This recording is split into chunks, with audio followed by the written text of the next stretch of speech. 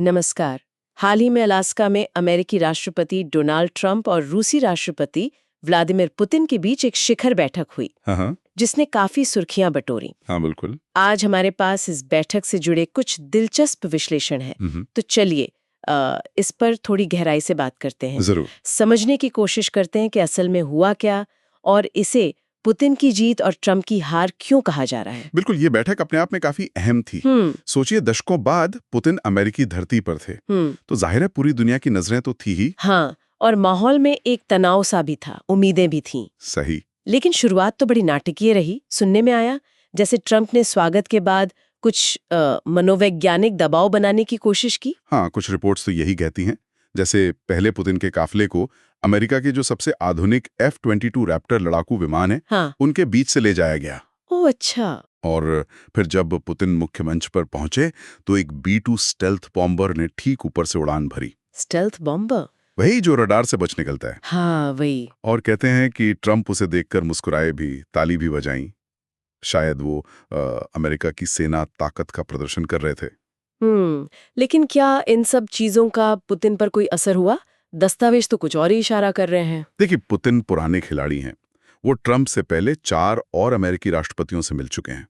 तो जानकारों का मानना है कि ऐसी चीजों से वो विचलित नहीं होते। सही बात है, उनका ध्यान शायद असल मुद्दे पर था। बिल्कुल, बातचीत पर। और बातचीत हुई भी, करीब 2.5-3 घंटे चली। और इस बातचीत का नतीजा क्या रहा? ट्रंप का पहला प्रस्ताव था कि रूस युद्ध खत्म कर दे। हाँ, पहला प्रस्ताव तो यही था, लेकिन पुतिन ने उसे सीधे-सीधे खारिज कर दिया। खारिज कर दिया? ओके। फिर ट्रंप की तरफ से दूसरा प्रस्ताव आया, तत्काल युद्ध विराम का, मतलब सीज फायर, कि सेनाएं जहां हैं वहीं रुक जाएं, फिर बात हो। पुतिन की टीम ने इसे भी नामंजूर कर दिया। इसे भी? क्यों? मतलब युद्ध विराम क्यों नहीं? इसकी कोई वजह? हाँ, देखिए, विश्लेषण ये बताते हैं कि उस समय जमीनी हकीकत रूस के पक्ष में थी।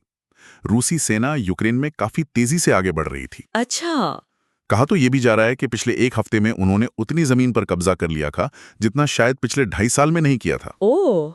तो ऐसे में युद्ध विराम का मतलब होता अपनी बढ़त को रोकना, जो रणनीतिक रूप से उनके लिए फायदेमंद नहीं था। समझ आता है। तो एक तरह से जमीनी हकीकत ने कूटनीति को रोक दिया। बिल्कुल। और इसके बाद असफलता के संकेत भी साफ दिखने लगे। जैसे बैठक के बाद जो लंच तय था वो रद्द कर दिया गया। ओह। प्रेस कॉन्फ्रेंस भी बहुत छोटी हुई। ट्रंप ने जाते जाते कहा कि बातचीत जारी रखेंगे। हाँ। लेकिन पुतिन ने तुरंत जवाब दिया। क्या कहा उन्होंने? उन्होंने फौरन कहा कि अगली बैठक मॉस्को में होगी। मतलब उन्होंने ट्रंप को यह मौका ही नहीं दिया कि वो ये कह सकें कि बातचीत उनकी पहल पर जारी है। आखिरी बात पुतिन की रही। वाह। तो अब सवाल ये उठता है कि इससे ट्रंप की हार क्यों माना जा रहा है? मतलब उन्होंने ये समिट आयोजित करने का बहुत बड़ा जोखिम उठाया था, है ना? हाँ, बिल्कुल। सुना है ना, नाटो, यूरोप, यूक्रेन, यहाँ तक कि अमेरिका में उनकी अपनी पार्टी और सेना के लोग भी इसके खिलाफ थे। हाँ, विरोध का कारण यही था कि इससे पुतिन को एक तरह की लेजिटिमेसी मिलेगी, मान्यता मिलेगी। रूस को अलग थलग करने की जो कोशिशें थीं वो बेकार हो जाएंगी। और अमेरिका का मजाक उड़ेगा, ये भी डर था। सही। लेकिन ट्रंप शायद एक बड़ा जुआ खेल रहे थे। उन्हें लगा होगा कि अगर वो युद्ध रुकवा देते हैं तो शायद नोबेल शांति पुरस्कार या कुछ बड़ी वाहवाही मिलेगी। लेकिन वो दांव चला नहीं चला। और अब अमेरिका में उनकी काफी आलोचना हो रही है, रेटिंग्स भी गिरी हैं। दूसरी तरफ पुतिन के लिए ये जीत कैसे मानी जा रही है? देखिए, पुतिन के लिए ये कई तरह से फायदेमंद रहा। पहला, वो जानते थे कि युद्ध विराम या युद्ध का अंत उनकी मर्जी के बिना नहीं हो सकता। उन्होंने ये दिखा दिया। और दूसरा और शायद ज्यादा महत्वपूर्ण, कि सिर्फ इस समिट में शामिल होकर ही उन्होंने उस नैरेटिव को, उस कहानी को तोड़ दिया कि रूस दुनिया में अकेला पड़ गया है, कमजोर हो गया है। हाँ, ये बात तो है। अगर रूस इतना ही कमजोर होता तो अमेरिका अलास्का में इतना बड़ा आयोजन क्यों करता उसके लिए? बिल्कुल, यही पॉइंट है। पुतिन ने एक तरह से ये संदेश दिया कि रूस युद्ध जीत रहा है और अमेरिका हार की स्थिति में है, तभी वो युद्ध विराम की मांग कर रहा है। तो इसने वैश्विक मंच पर पुतिन की स्थिति को और मजबूत कर दिया? निश्चित रूप से।